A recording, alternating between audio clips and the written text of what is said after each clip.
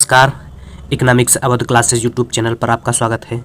आज की क्लास में हम लोग लगभग 25 बहुविकल्पी प्रश्नों को सॉल्व करेंगे। यह प्रश्न आगामी शिक्षक भर्ती परीक्षा जैसे TGT, PGT, NET, JRF, KVS, NVS, GIC, LT grade exam, RPSC first and second grade exam तथा असिस्टेंट प्रोफेसर एग्जाम के लिए महत्वपूर्ण हैं और रिवीजन के उद्देश्य से भी महत्वपूर्ण है।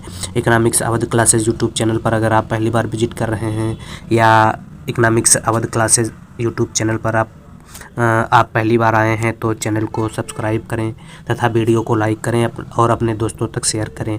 यहाँ आपको पॉलिटी और इकोनॉमिक्स की क्लासें मिलेंगी, जो क्लासें टीजीटी और पीजीटी एग्ज़ाम के लिए उपयोगी होने के साथ साथ सभी एक दिवसीय परीक्षाओं के लिए उपयोगी रहेंगी। और इकोनॉमिक्स में आपको डेली एमसीक्यू प्रैक्टिस के साथ साथ थ्योरी की भी क्लास मिल जाएगी, जो सारी क्लासें निःशुल्क रहेंगी। तो आज की क्लास स्टार्ट करते हैं और देखते हैं क्या क्या प्रश्न है। आज की क्लास में 1 नंबर प्रश्न है, उत्पादन साधनों में प्रतिस्थापन लोच सदैव होती है, शून्य, अनंत, ऋणात्मक, धनात्मक। तो उत्पादन के साधनों में प्रतिस्थापन की लोच जो होती है हमेशा धनात्मक होती है। तो सही आंसर 1 का हो जाएगा डी। प्रतिस्थापन लोच किसे कहते हैं? तो साधनों की सापेक्षिक कीमत में परिवर्तन के फलस्वरूप साधनों के अनुपात में सापेक्षिक परिवर्तन के प्रतिस्थापन की लोच को जो है प्रतिस्थापन की लोच कहा जाता है। प्रतिस्थापन की लोच न्यूनतम 0 होती है और अधिकतम जो है वह अनंत होती है। यदि प्रतिस्थापन की लोच 0 है तो साधनों के बीच प्रतिस्थापन संभव नहीं होगा। तो प्रतिस्थापन की लोच किसे कहते हैं? साधनों की सापेक्षिक कीमत में परिवर्तन के फलस्वरूप साधनों के अनुपात में सापेक्षिक परिवर्तन को प्रतिस्थापन की लोच कहा जाता है। और प्रतिस्थापन की लोच का मान 0 से अनंत के बीच में होता है। और यदि प्रतिस्थापन की लोच 0 है तो वस्तुओं के बीच या साधनों के बीच प्रतिस्थापन संभव नहीं होगा। तो इस प्रकार से 1 नंबर प्रश्न का आंसर जो है वह प्रतिस्थापन की लोच जो होती है, उत्पादन के साधनों में प्रतिस्थापन की लोच धनात्मक होती है। अगला जो प्रश्न है, जब उत्पादन के 2 साधन पूर्णतया पूरक होंगे तो समोत्पाद वक्र का आकार होगा। तो उत्पादन के जब 2 साधन पूर्णतया पूरक होंगे तो समोत्पाद वक्र का आकार जो होगा वह समकोणीय होगा। तो सही आंसर ए है 1 का। 2 नंबर प्रश्न का सही आंसर ए है। अगला 3 नंबर प्रश्न है, यल आकार का तटस्थता वक्र होता है पूर्ण स्थानापन्न वस्तुओं के लिए, पूर्ण पूरक वस्तुओं के लिए, कमजोर वस्तुओं के लिए, स्वतंत्र वस्तुओं के लिए। तो एल आकार का तटस्थता वक्र या अनधिमान वक्र होता है पूर्ण पूरक वस्तुओं के लिए। जब दो वस्तुएं पूर्ण पूरक होती हैं तब आईसी वक्र या तटस्थता वक्र जो होता है वह एक सीधी रेखा के रूप में होता है। और जब दो वस्तुएं पूर्ण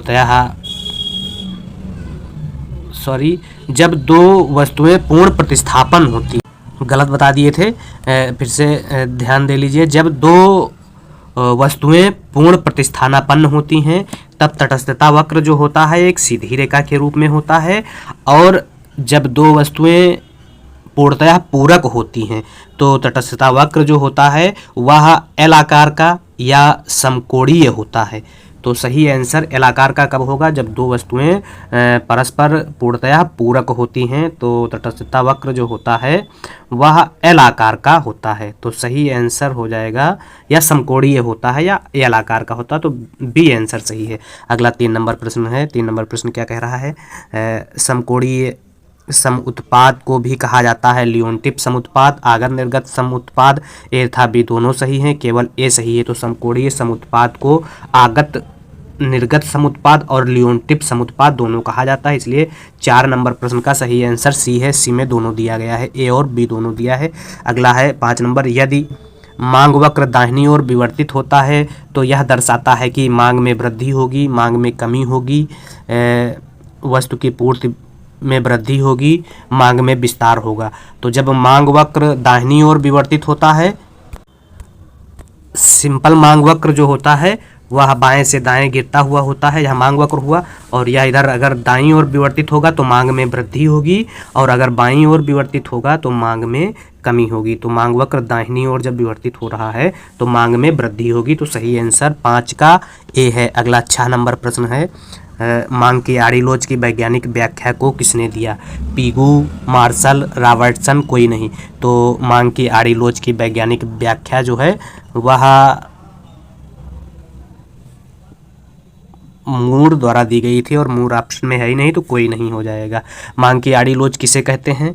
तो अन्य बातों के स्थिर रहने से, दूसरे वस्तु की कीमत में परिवर्तन से मांगी गई वस्तु की मात्रा जब प्रभावित होती है तो उसे मांग की आड़ी लोच कहते हैं। किसे कहते हैं? जब अन्य बातें स्थिर रहती हैं और दूसरे वस्तु की कीमत में परिवर्तन से मांगी गई वस्तु की मात्रा जब प्रभावित होती है तो उसे मांग की आड़ी लोच कहा जाता है। dx बराबर होता है फंक्शन p0। अब इसमें परिवर्तन होता है तो कहते हैं मांग की आड़ी लोच है। एजवर्थ जो है मांग की आड़ी लोच के आधार पर वस्तुओं का वर्गीकरण करते हैं, जिसमें एजवर्थ स्थानापन्न वस्तु, संयुक्त या पूरक वस्तु और स्वतंत्र वस्तु की बात करते हैं।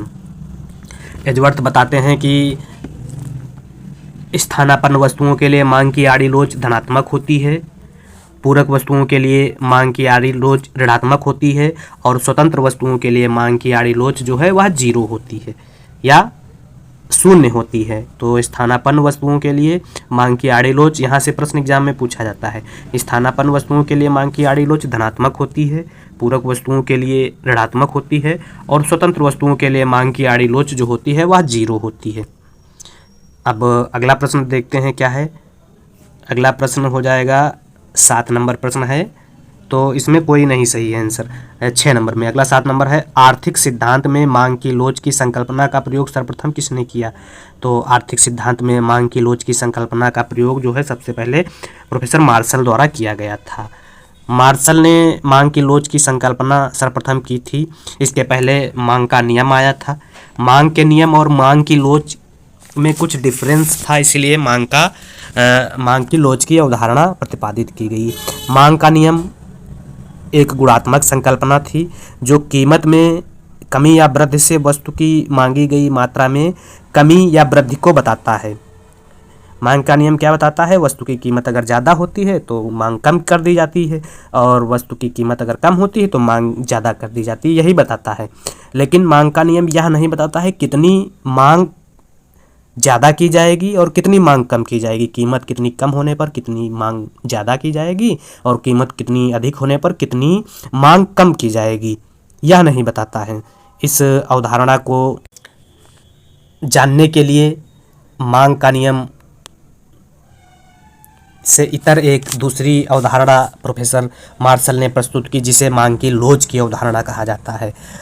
मांग का नियम जो है गुणात्मक चीज़ों को तो व्यक्त कर देता था, लेकिन मात्रात्मक चीज़ों को व्यक्त नहीं करता था। अर्थात इसलिए जो है अर्थशास्त्र में मांग की लोच की संकल्पना लाई गई। अब मांग की लोच की संकल्पना जो है एक संवेदना को व्यक्त करता है। मांग की लोच जो है संवेदना को व्यक्त करता है, और मांग के नियम को जो है वह गुणात्मक संकल्पना कहा जाता है, जबकि मांग की लोच को परिमाणात्मक या मात्रात्मक संकल्पना कहा जाता है। तो यह भी ध्यान रखने वाली बात है कि मांग का नियम जो है वह गुणात्मक कथन को व्यक्त करता है, जबकि मांग की लोच जो होती है वह परिमाणात्मक कथन को व्यक्त करती है। मांग की लोच को सर्वप्रथम जो है वैज्ञानिक तरीके से व्यक्त करने का श्रेय प्रोफेसर मार्शल को जाता है। मांग की लोच की अगर बात की जाए तो परिभाषा या सूत्र कह सकते हैं। मांग की लोच होता है किसी वस्तु की सापेक्षिक कीमत में परिवर्तन से मांग में होने वाले सापेक्षिक परिवर्तन की मात्रा के अनुपात को मांग की लोच कहा जाता है। EP बराबर कह सकते हैं मांग की मात्रा में सापेक्षिक परिवर्तन बटे कीमत में सापेक्षिक परिवर्तन जो है वह मांग की लोच कहलाती है। मांग की लोच की कोई इकाई नहीं होती है तथा मान जो है मांग की लोच का 0 से अनंत के बीच में होता है। तो यह मांग की लोच के संदर्भ में कुछ महत्वपूर्ण बातें थी। अगला जो प्रश्न है देखते हैं क्या है। इस निम्न रेखा चित्र में प्रदत्त बिंदु A मांग की लोच क्या दर्शाता है? तो यह बिंदु जो होता है मांग की लोच जो है लोचदार बताता है, जिसमें E मांग की लोच 1 से ज़्यादा होती है, और मांग की लोच A से 1 से ज़्यादा है तो C ऑप्शन में दिया गया है, तो इसलिए सही आंसर C है। और अगर यहाँ पर जहाँ पर YH को मांग वक्र स्पर्श कर रहा है यहाँ पर पूर्णतया लोचदार मांग होती है, तो यहाँ पर E बराबर अनंत हो जाता है और यहाँ जहाँ एक्स अक्ष को मांग वक्र स्पर्श कर रहा है यहाँ ई बराबर होता है 0। तो इसे कहते हैं पूर्णतया बेलोचदार मांग वक्र। सबसे नीचे पूर्णतया बेलोचदार मांग वक्र हो जाती है और सबसे ऊपर जो होती है पूर्णतया लोचदार मांग वक्र होती है। अर्थात एक्स अक्ष पर पूर्णतया बेलोचदार मांग वक्र है और वाई अक्ष पर पूर्णतया लोचदार मांग वक्र को प्रदर्शित किया जाता है। इसके अलावा ए बिंदु पर लोचदार मांग वक्र है जो विलासिता वस्तुओं को बताता है।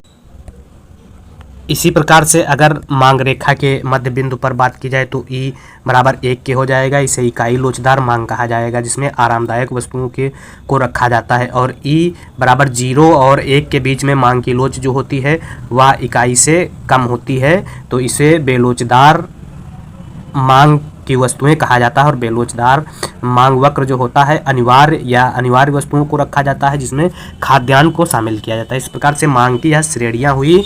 मांग की श्रेणियों में 5 श्रेणियां होती हैं जिसमें पूर्णतया लोचदार मांग, इकाई लोचदार मांग, बेलोचदार मांग और पूर्णतया बेलोचदार मांग को शामिल किया जाता है। इस प्रकार से इसका प्रश्न जो 8 नंबर है इसका आंसर जो है वह सी है। अगला 9 नंबर प्रश्न क्या कह रहा है, यदि निम्न में से कौन मांगी गई मात्रा में आनुपातिक परिवर्तन से संबंधित है। तो मांगी गई मात्रा में आनुपातिक परिवर्तन से dQ/Q संबंधित है, डी आंसर सही है। अगला प्रश्न है 10 नंबर प्रश्न देखते हैं। समसीमांत उपयोगिता गुण का कथन है। तो समसीमांत उपयोगिता MU(x/P(x), MU(y/Py), MU(z/Pz) है, MU बराबर MU। ए आंसर सही है 10 नंबर प्रश्न का। अगला 11 नंबर परिवर्तनशील अनुपातों का नियम संबंधित है। तो परिवर्तनशील अनुपातों का नियम जो है वह अल्पकाल से संबंधित है। इसके अलावा अगर पैमाने के प्रतिफल का नियम पूछता तो पैमाने के प्रतिफल का नियम जो है वह दीर्घकाल से संबंधित होता है। तो परिवर्तनशील अनुपातों का नियम अल्पकाल से संबंधित है। अगला प्रश्न है ह्रासमान प्रतिफल का नियम अधिकांशतः लागू होता है कृषि में, खनन में, विनिर्माण में, एक था सी दोनों में। तो ह्रासमान प्रतिफल का नियम जो है वह कृषि क्षेत्र में लागू होता है। 12 नंबर प्रश्न का सही आंसर ए है। अगला 13 नंबर प्रश्न क्या है, तो 13 नंबर प्रश्न देखते हैं। पूर्ण तृप्ति बिंदु पर सीमांत उपयोगिता होगी। तो पूर्ण तृप्ति बिंदु पर सीमांत उपयोगिता जो होती है वह 0 होती है, बी आंसर सही है। इसको आरेख से जान लेते हैं। जैसे यह एवरेज यूटिलिटी है, हाँ एवरेज यूटिलिटी। तो इसके अलावा यह टोटल यूटिलिटी है और यह मार्जिनल यूटिलिटी है। तो इसमें संबंध की अगर बात की जाए तो जब टोटल यूटिलिटी बढ़ रही है तो मार्जिनल यूटिलिटी घट रही है। टोटल यूटिलिटी सर्वोच्च है, पूर्ण तृप्ति बिंदु पर है तो मार्जिनल यूटिलिटी 0 है। और टोटल यूटिलिटी जब घट रही है तो मार्जिनल यूटिलिटी जो है वह ऋणात्मक है। तो यह 3 संबंध जो है टोटल यूटिलिटी और मार्जिनल यूटिलिटी में बताए गए हैं। इस प्रकार से इसमें पूछा गया है कि पूर्ण तृप्ति बिंदु पर सीमांत उपयोगिता होती है। तो पूर्ण तृप्ति बिंदु पर सीमांत उपयोगिता जो होती है वह 0 होती है। तो 13 नंबर प्रश्न का सही आंसर बी है। अगला 14 नंबर प्रश्न है काप डगलस उत्पादन फलन के लिए प्रतिस्थापन की लोच होती है। तो काप डगलस उत्पादन फलन के लिए प्रतिस्थापन की लोच जो होती है वह 2 अनंत 0 इनमें से कोई नहीं। तो इनमें से कोई नहीं होता क्योंकि काप डगलस उत्पादन फलन में प्रतिस्थापन की लोच जो होती है इकाई के बराबर होती है, 1 होती है। तो 14 नंबर प्रश्न का सही आंसर डी है। अगला 15 नंबर प्रश्न है औसत आगम वक्र का दूसरा नाम है। तो औसत आगम वक्र को मांग वक्र भी कहा जाता है। तो मांग वक्र किसमें दिया गया है देख लेते हैं। फिलिप्स वक्र, तटस्थता वक्र, मांग वक्र सी में दिया गया। 15 नंबर प्रश्न का सही आंसर सी है। अगला 16 नंबर प्रश्न है एक फर्म के कुल स्थिर लागत वक्र का ढाल होता है 0, धनात्मक, ऋणात्मक, अनंत। तो एक फर्म के कुल स्थिर लागत वक्र का ढाल जो होता है वह 0 होता है। तो 16 नंबर प्रश्न का सही आंसर ए है। अगला 17 नंबर प्रश्न है निम्न मांग वक्रों में कौन सा स्थिर लोच वाला वक्र नहीं है। तो स्थिर लोच वाला वक्र जो होता है वह रैखिक नहीं होता है, बाकी क्षैतिज ऊर्ध्व आयतित तत्परवलय जो है स्थिर होता है। तो 17 नंबर प्रश्न का सही आंसर सी है। अगला 18 नंबर प्रश्न है आय में क्षतिपूरक परिवर्तन पर निर्भर है। तो आय में क्षतिपूरक परिवर्तन जो है हिग्स की स्थानापन्नता पर निर्भर है।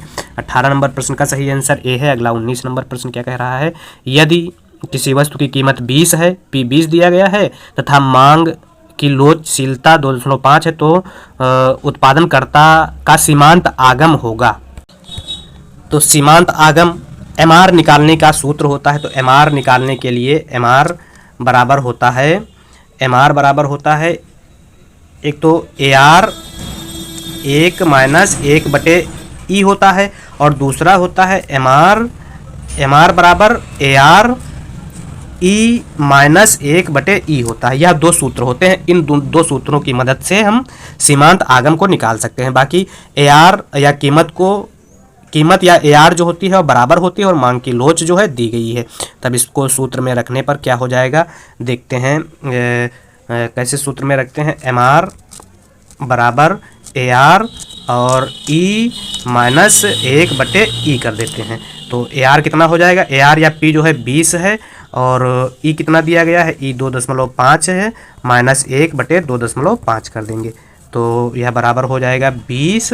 तो यह हो जाएगा, यह गुणे का चिन्ह लग जाएगा तो 1.5 हो जाएगा बटे 2.5, या दशमलव दोनों हट जाएंगे तो हो जाएगा यह 5 3 15, 5 5 25, 5 कम 5 और 5 को 20, 4 3 12 आंसर आ जाएगा।